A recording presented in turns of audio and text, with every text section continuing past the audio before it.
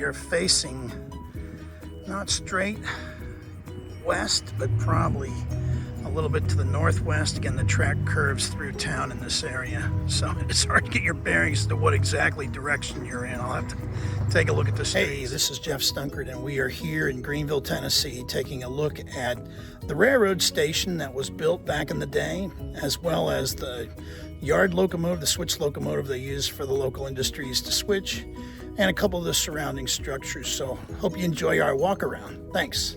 Don't forget to like and subscribe. All right, we are here in Greenville, Tennessee. We are at the original Greenville train depot, and let's just take a quick environmental look here at what we've got.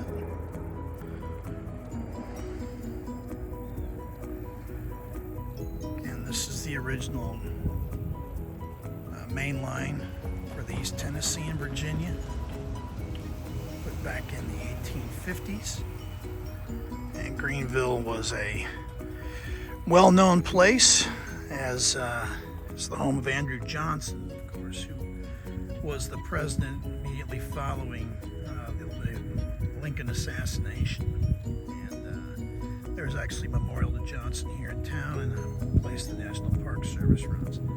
Anyway, it's obvious the depot's not been used for passenger service in a long time, but we're going to take a look around. First of all, this siding, which has a engine that is used for local switch moves in the remaining industrial businesses here in town, plus several outside of town,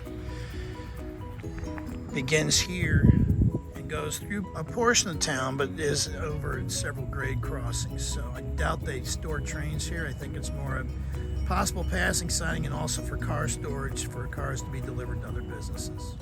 Here are assorted grade crossings that can be used as needed to replace damages. And of course the freight dock, which you can see was made of concrete cinder blocks with an upper cast concrete area and some metal railings. Again, you can see sand pouring out from some places, so it might have been actually just full of sand inside the bricks, and it had the concrete spread over the top of it. It does not look like it's been used in a while, obviously, and there's no track alongside either side. As the county seat of Greene County, this was a sizable depot for a single railroad to have. This is the Southern Depot here, and as you can see, it had a pretty extensive area for freight, drayage, and then a passenger segment here as well. Now, while the depot is not preserved from a historical standpoint, it is still used by Norfolk Southern for maintenance service. There's no vehicles or people here today, but the building is actually occupied by people from Norfolk Southern who work for the railroad. Interestingly enough, here's a grade here, here's a underpass here that looks original with cast rock work here for the support. And I thought even cooler, this looks like an old car dealership based on, again, the Art Deco styling, the curved front, and obviously long gone from that usage, although across the street here are a number of trucks, either for sale or for repair. So again, kind of a cool railroad environment, something you could model where you'd have the railroad up at the track level, and again the underpass here, again, looks like it's original to the railroad's usage in passenger train service. So again, a look at the underside of the building shows that obviously deferred maintenance has been part of its existence. However, it does look solid, and again, while there is, paint weathering and some decay, certainly not as bad as it might be. And I would have to say, the building seems to be semi-maintained as a railroad artifact as opposed to a simple repurposed structure. Just down track, we have a pair of signals here. Again, this is a fairly busy main line for Norfolk Southern still to this day. As you can see, here's the back of the buildings at Greenville, and the mountains in the background. That's the beginning of that's the Southern Appalachians actually, so it's not the Blue Ridge or the Great Smokies rather. But again, you can see the southern architecture from behind, be a nice backdrop for somebody's model.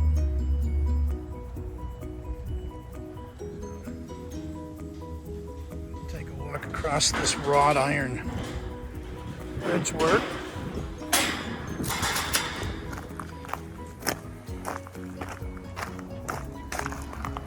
So again, here's the Greenville structure and the back of this car dealership, and you can see the railing for the bridge, the construction of that, as well as, and again, if you're modeling this area, you can see the 180-degree bended metal that makes up the guardrail here. Of course, there's a road unit parked next to what was probably a former grocery facility. It's abandoned now, or at least for sale now. It's not functional as a business, but again, this gives you an idea of what the area looks like right here.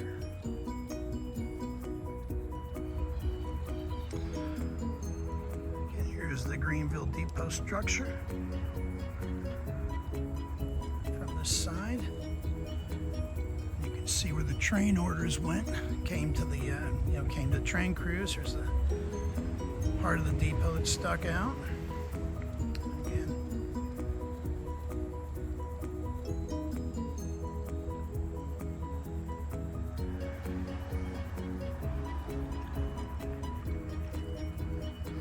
now going this way, you would be heading toward Bulls Gap and Knoxville, and this way it would be toward Johnson City and Bristol. And as we're walking along the right-of-way, that looks like a knuckle that got busted sometime in here and broke and thrown off to the side. That's what that looks like, unless that's a derail. It could be. I think, nope, it's a broken knuckle. You can see from the damage here. Yeah. So anyway, more road archaeology.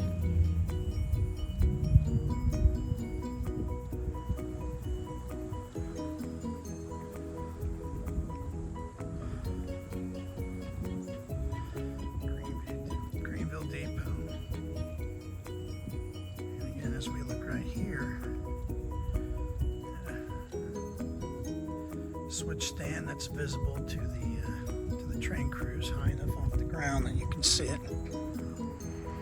And as you can see right here, the switch that runs this siding is manually operated. It has a lock on it. Tall switch stand. Whiteboards telling the train crews that it's closed.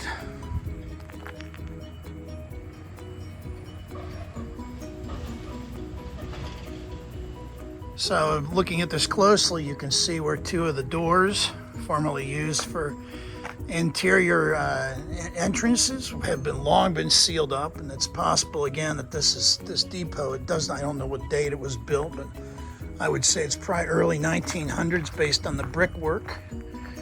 In fact, you can see some of the brickwork has fallen off, revealing the wood under construction there. And I'm not seeing any dates on the bricks. And again,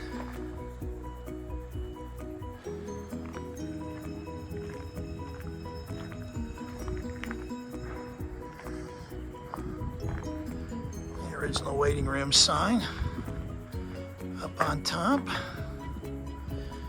and key code access door.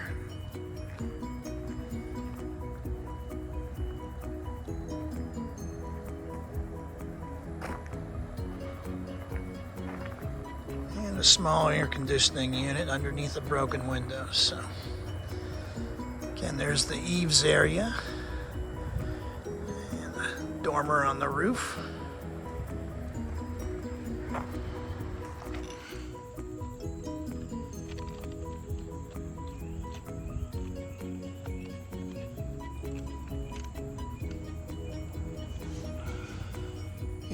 Here on the dock, you can see a spot where the cinder blocks have cracked apart. And that looks like they were just put in with fill. There was no concrete poured down into them. And then obviously this upper deck level, however that was supported.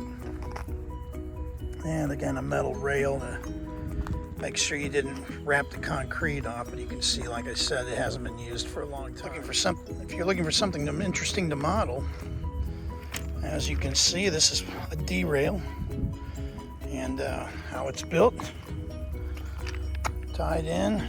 Make sure that if this locomotive down here that's stored should, God forbid, happen to creep, or somebody decides they want to try to go with it, it won't get any further than this onto the main line, because that right there has to be set for it to cross over. And again, you can see the markings, which is kind of interesting, the blue markings there,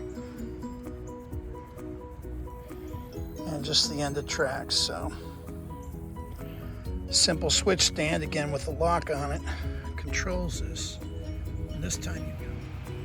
And once again, you've got a board that tells red or white whether the derail is open or closed. Obviously it's red facing down track right now because the derail is indeed set to make sure that engine will derail.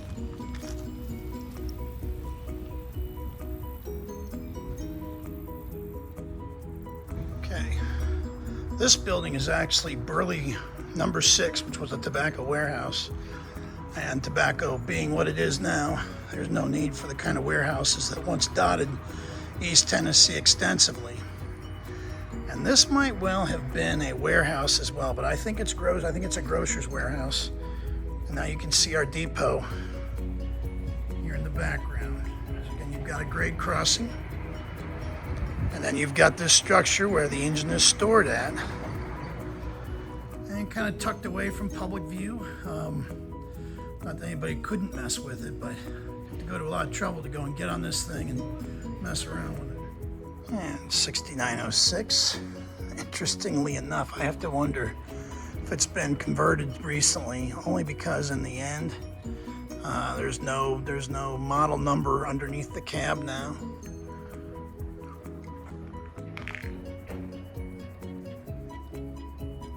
We'll walk around to the other side and see if there's any more information or data on the cab on the other side.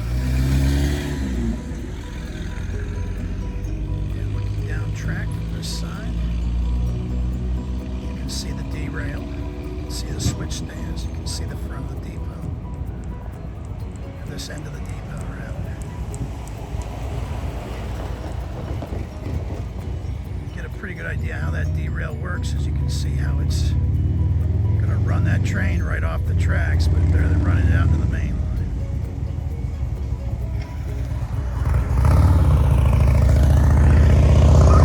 Yeah. Looks like we got a tire replay. Those are brand new ties, freshly creosoted. Looks like you're getting ready to install those.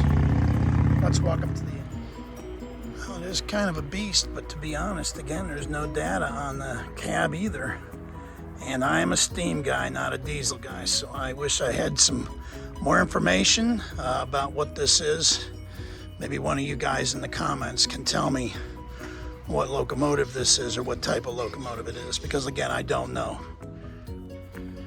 Well, it's SD60E is covered over, so obviously it's EMD, but I have no idea again what the situation is with it now. I don't know if it's a redone deal or if it just happens to, they just covered it up for whatever reason. Again, here's your locomotive. Greenville Depot in the background. Again, this original loading dock. Looks like some of the door work on it is original. You can see some of the doors were slatted, wood braced. Some were straight up and down with windows. Thought this screen work was kind of interesting. Again, quite possibly a warehouse for produce or for groceries. And obviously seen its day. Now, you can see as the track curves around going into the distance, another grade crossing, which tells me they're not storing trains, whole trains sitting here to block traffic for town. But there's not a lot of industry left here in Greenville. Right in this area, unfortunately, downtown has got quite a few of these abandoned structures in it. But again, we should photograph them while we've got a chance, because the day will come when they too are gone and the archaeology is missing. So I don't know what the Austin means, but for us it's going to mean the end of a video on the Greenville Railroad Station and its vicinity. Thanks for watching.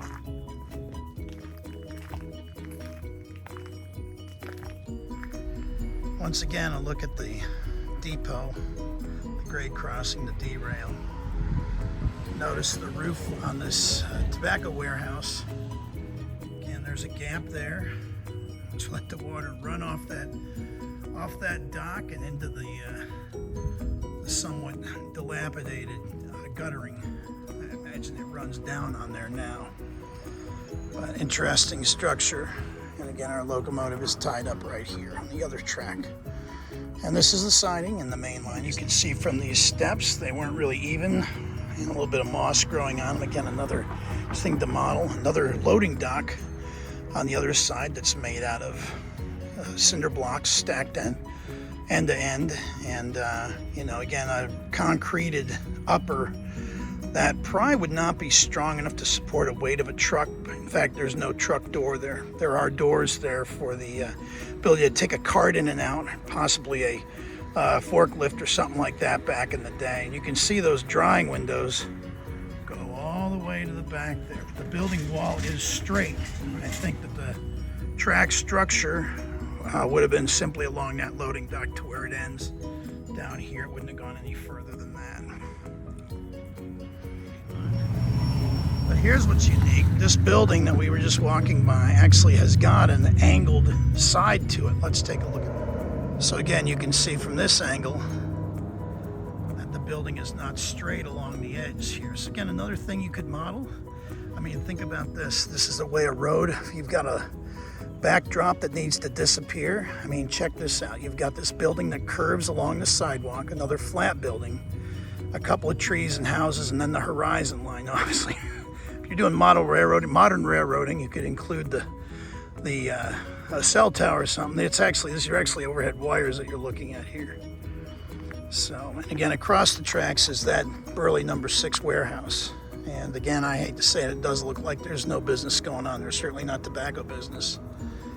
Again, another look at something you could use if you are doing a backdrop. From this angle, again, the street falls off and comes back up. A couple of church steeples, a bunch of trees, a few structures, and again, the ridge of the mountain line from railheads. Again, if you were going from this angle, you could do that as well.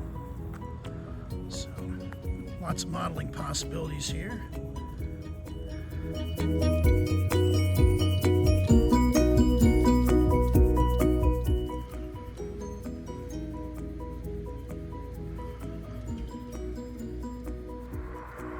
Here's an interesting little point. This is the next street over. This is Maple Street.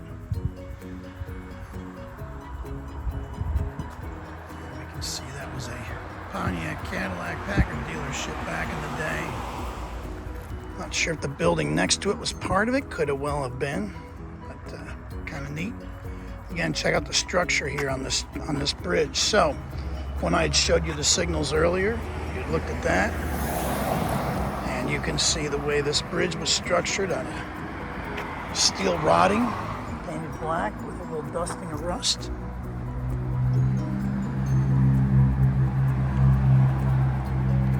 Again, looking for a model project.